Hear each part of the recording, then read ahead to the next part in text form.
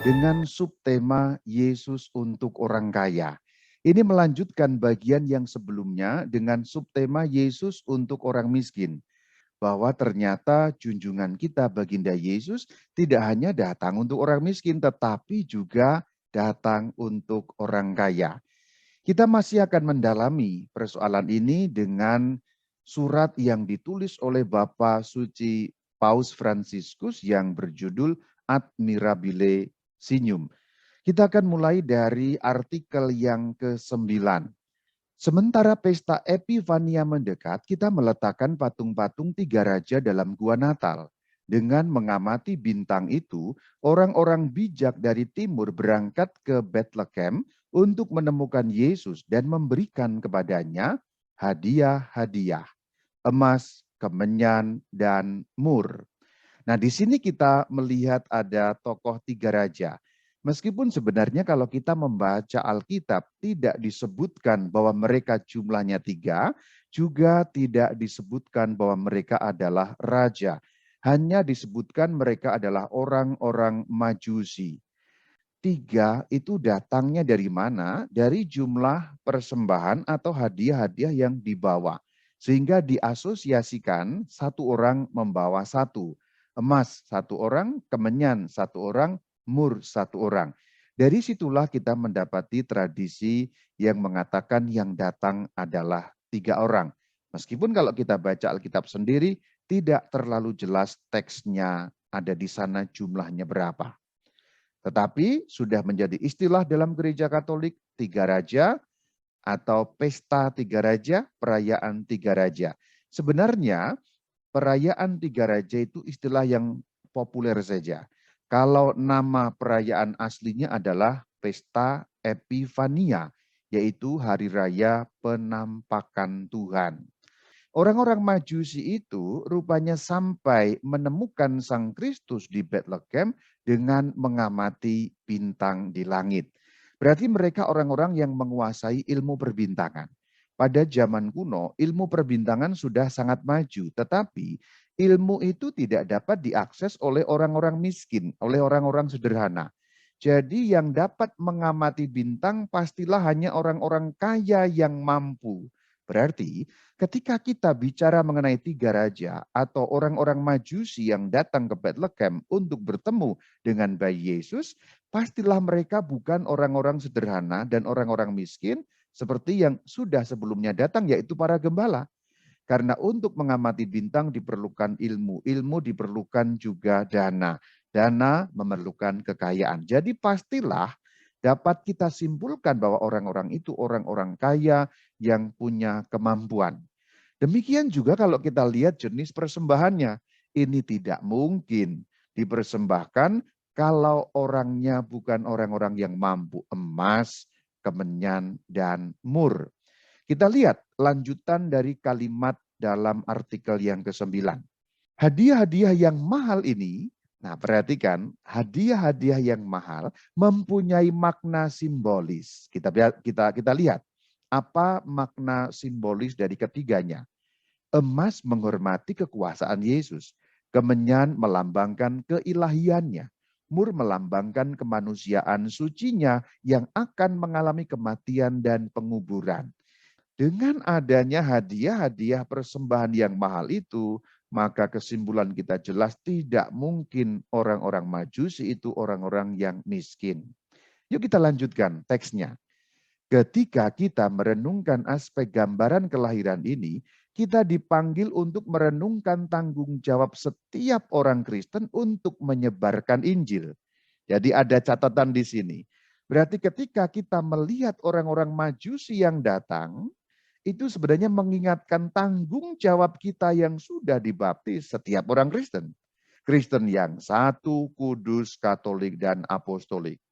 Kenapa kok kita diingatkan mengenai tanggung jawab kita?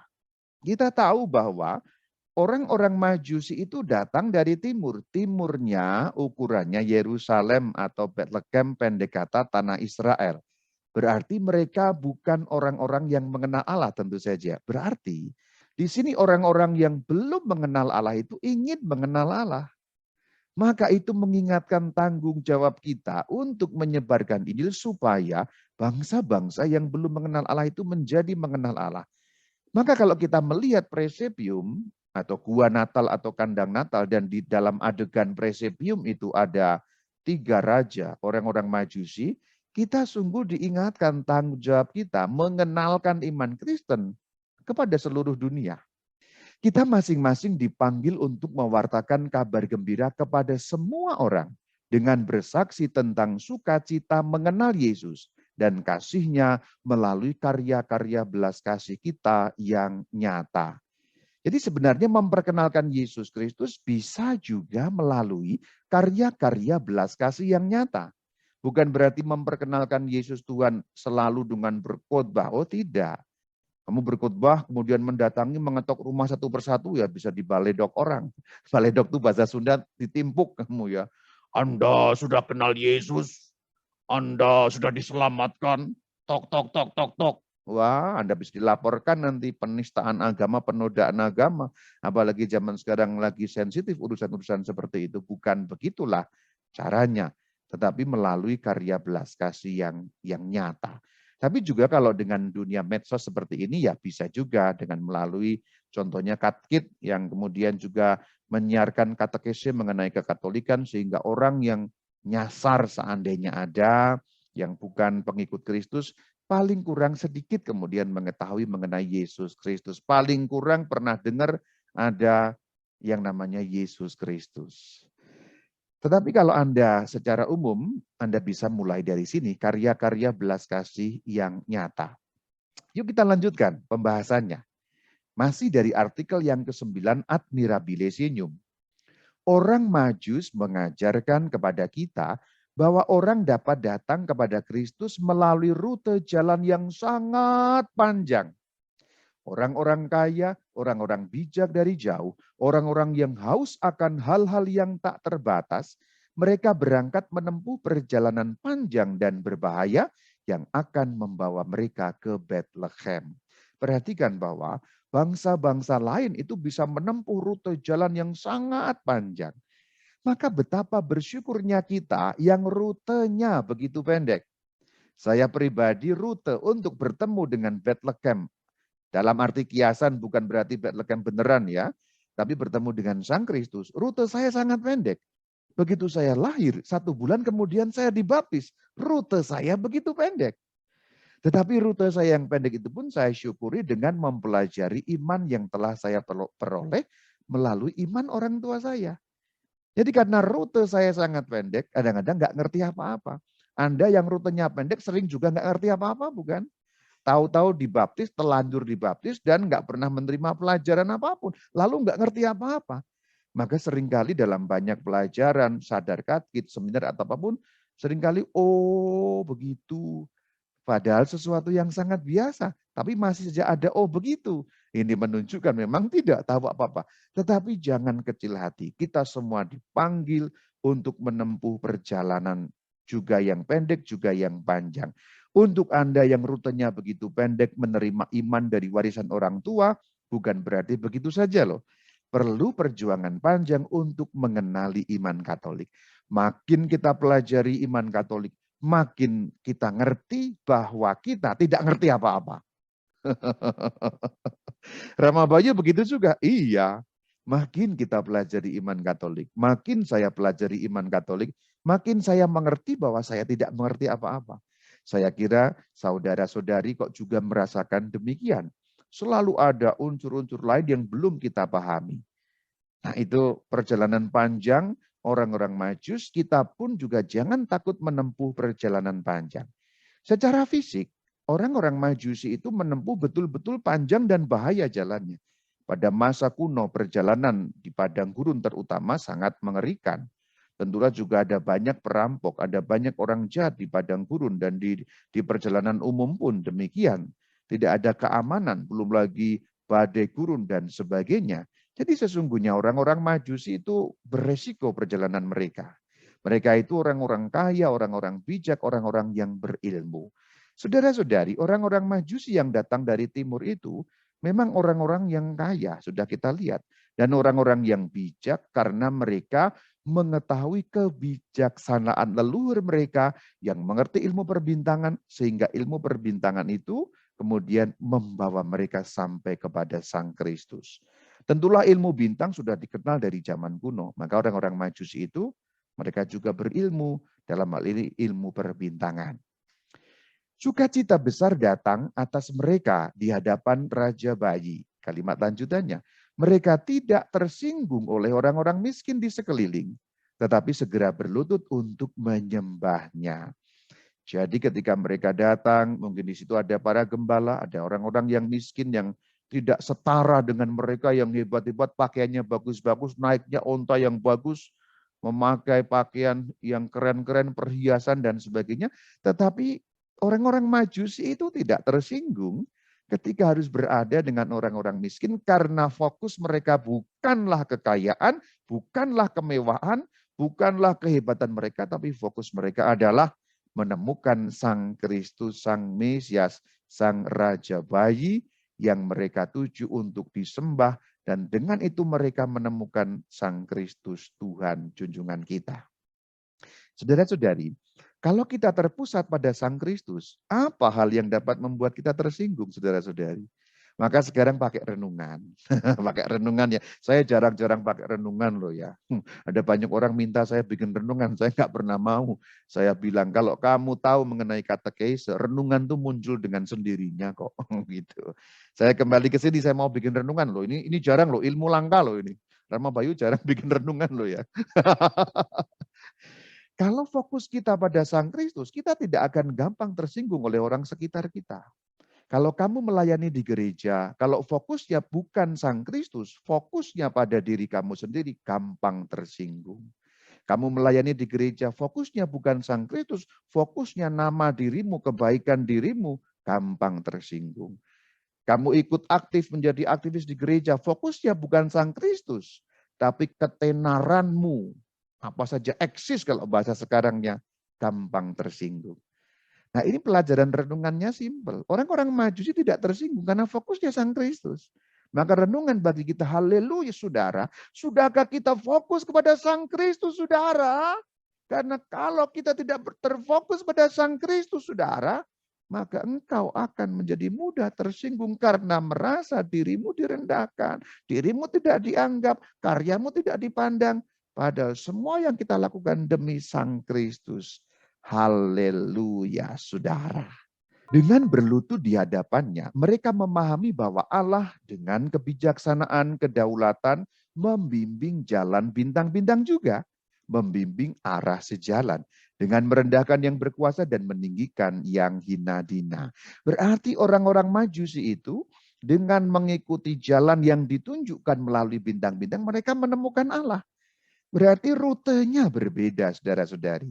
Sebelumnya para gembala rutenya menggunakan rute iman. Tanda petik bahasa gampangnya rute beragama. Mereka orang-orang Yahudi sehingga ketika diberi warta oleh malaikat, kemudian mereka percaya mencari bayi itu. Ayo kita ke Bethlehem, kita buktikan yang dikatakan para malaikat kepada kita. Itu untuk orang-orang Yahudi yang sudah kenal Tuhan, yang sudah kenal mengenai konsep Mesias. Majusi belum kenal, tetapi mereka mengakui juga ada bimbingan Allah melalui ilmu yang mereka miliki, ilmu perbintangan itu, sehingga mereka mengakui bahwa ternyata Allah menuntun mereka dengan menuntun arah bintang supaya mengarahkan orang-orang Majusi sampai kepada Sang Bayi Tuhan kita Yesus Kristus. Kalimat lanjutannya, sekembalinya ke negeri mereka. Mana negeri mereka? Biasanya kata-kata magos atau magoi ya, Majusi itu umumnya diasosiasikan dengan orang-orang Persia pada zaman kuno. Tetapi memang terbuka penafsirannya. Penafsiran yang umum negeri mereka adalah negeri Persia. Persia berarti Iran pada zaman sekarang. Tapi sebenarnya tidak persis demikian pembagiannya karena Irak, Iran itu wilayah yang berdekatan dan seringkali pada zaman kuno batas-batas wilayahnya tidak persis seperti batas-batas negara modern Irak dan Iran. Nah ini tafsiran pertama yang sangat umum dan yang lebih diterima Majusi itu orang-orang Persia. Tapi bisa juga dikatakan orang-orang Babilonia. Pendek kata, di bagian timur yang sudah begitu maju, yang sudah ilmunya tinggi adalah orang-orang dari wilayah Mesopotamia. Maka kita bisa menafsirkan juga orang-orang wilayah Mesopotamia. Entah itu orang-orang Babilonia, entah orang-orang Persia. Pendek kata orang-orang Majusi berarti yang wilayah sekitar Mesopotamia itu. Itulah yang dimaksud negeri mereka.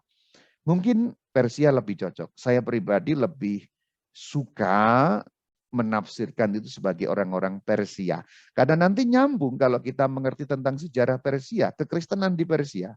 Saya sudah bahas.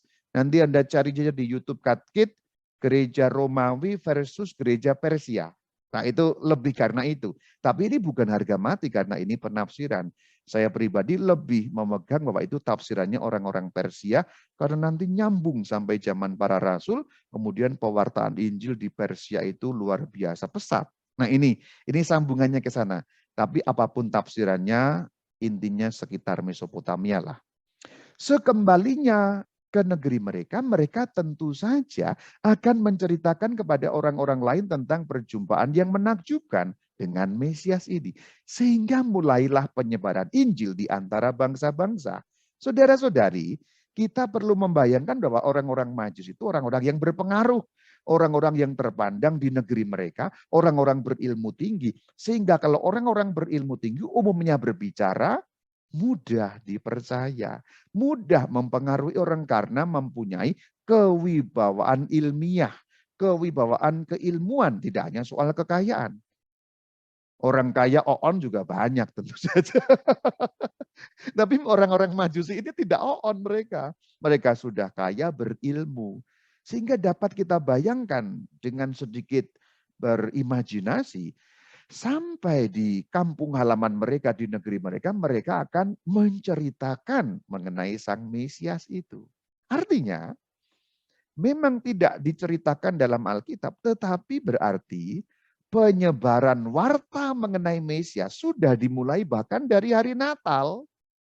Bahkan ketika Sang Kristus belum berkarya di depan publik, karena beliau baru berkarya di depan publik nanti pada umur ke-30, orang-orang Majusi sudah menjadi pewarta-pewarta Yesus Kristus Sang Mesias. Nanti saya akan tunjukkan bagaimana alusinya ada di Injil Matius, saudara-saudari. Ini bagian yang penting dari cerita mengenai orang-orang Majusi. Bahwa rupanya penyebaran Injil di antara bangsa-bangsa sudah dimulai dengan kepulangan mereka. Itu juga ditunjukkan dalam kalimat Injil bahwa dikatakan orang-orang Majusi itu mengambil jalan lain.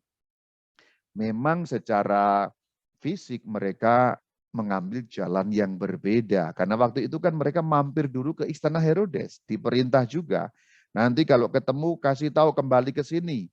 Tetapi karena diperingatkan dalam mimpi orang-orang Majusi itu tidak kembali kepada Herodes. Tetapi mengambil jalan lain. Ini suatu alusi bahwa dalam Alkitab dikatakan mereka mengambil jalan lain. Jalan lain maksudnya apa? Dulu tidak percaya kepada Mesias, sekarang percaya kepada Mesias. Dulu tidak beriman kepada Mesias, sekarang percaya beriman kepada Mesias. Menyembah Allah. Itu yang dimaksud dengan jalan lain. Dan kalau kita lihat kesejarahan gereja, terutama gereja Persia, nanti akan klop cerita itu. Bagi Anda yang masih bingung, nanti klik saja bagaimana sejarahnya gereja Persia itu di channel YouTube Katkit. Diketik saja ya, masuk ke YouTube Katkit Gereja Persia, langsung muncul. Jadi gampang sekali, nggak usah masuk ke channelnya pun, langsung disambung dengan kata kunci, Katkit nyambung apa, langsung ketemu kok. Katkit Persia muncul. Katkit Natal muncul. Katkit orang mati muncul. Katkit setan muncul. Katkit Ramabayu muncul. Katkit Ramabayu setan muncul. Kembali ke laptop, malah ngelantur ya. Penyebaran Injil di antara bangsa-bangsa dan itu oleh orang-orang kaya. Karena tidak mungkin kalau tidak kaya untuk memulai perjalanan yang begitu panjang. Anggaplah tafsiran yang seperti saya senang Persia ya. Anggaplah itu tafsirannya orang-orang Persia. Perjalanan panjang dari Persia untuk sampai ke Israel bukan perjalanan murah.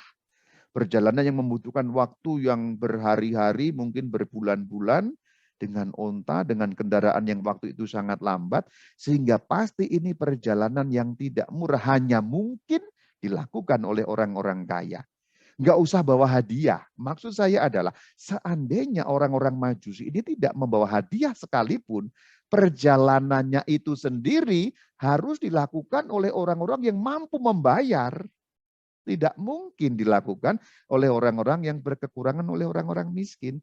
Perjalanan PP Israel, Persia 2000 tahun yang lalu, pastilah perjalanan orang-orang jet set, orang-orang high class. Kira-kira kalau zaman sekarang itu orang-orang yang naik pesawat Concorde ya, sekarang sudah nggak ada ya. Paris, New York, Paris yang seperti itu yang tidak mungkin orang-orang kebanyakan gitu. Atau naik pesawat pada zaman sekarang sebenarnya juga bukan orang-orang kebanyakan ya.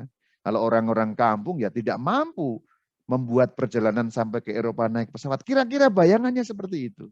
Bahkan untuk membuat perjalanannya itu sendiri dibutuhkan kekayaan. Berarti di sini saudara-saudari, ini melengkapi pesan atau makna Natal yang sebelumnya sudah saya jelaskan.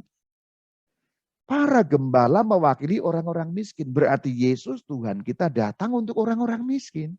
Para gembala juga mewakili keyahudian. Berarti Yesus datang untuk orang-orang Yahudi. Tetapi ini melengkapi tidak hanya untuk orang-orang miskin, tidak hanya untuk orang-orang Yahudi, sekarang Majusi. Majusi berarti bangsa-bangsa lain. Mereka orang kaya. Artinya junjungan kita, baginda kita datang juga untuk orang-orang kaya. Dan juga datang untuk bangsa-bangsa lain. Maka kalau Anda pernah mendengar Yesus Kristus, Nabi Isa katanya, itu hanya diutus untuk Bani Israel. Ya boleh orang berpendapat seperti itu. Tetapi tidak cocok dengan kenyataan Injil. Sebab pada hari kelahiran beliau, pada hari Natal pun, Yesus Kristus sudah terbuka untuk orang dari bangsa-bangsa lain yang tidak bersunat, yang tidak mengenal Allah Israel, tetapi ingin juga masuk dalam kalangan keselamatan umat Tuhan. Jadi sebenarnya makna Natal itu apa? Salah satunya, selain soal palungan yang kemarin sudah saya jelaskan, salah satu yang terbesar adalah warta gembira bagi seluruh dunia. Tidak hanya untuk Yahudi yang sudah mengenal Allah, tapi bangsa-bangsa lain yang belum mengenal Allah. Warta gembira untuk baik yang kaya maupun yang miskin, tidak ada satupun yang ditinggalkan. Haleluya, saudara. Anda di rumah, katakan bersama-sama, haleluya, saudara. Haleluya, saudara. Tidak ada satu pun yang ditinggalkan, saudara.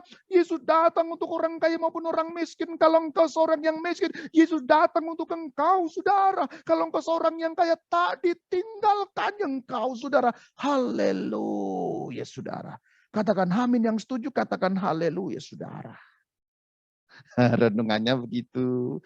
Jadi kalau kamu orang kaya, jangan merasa khawatir bahwa kok ternyata Yesus datang untuk orang miskin saja. Oh tidak.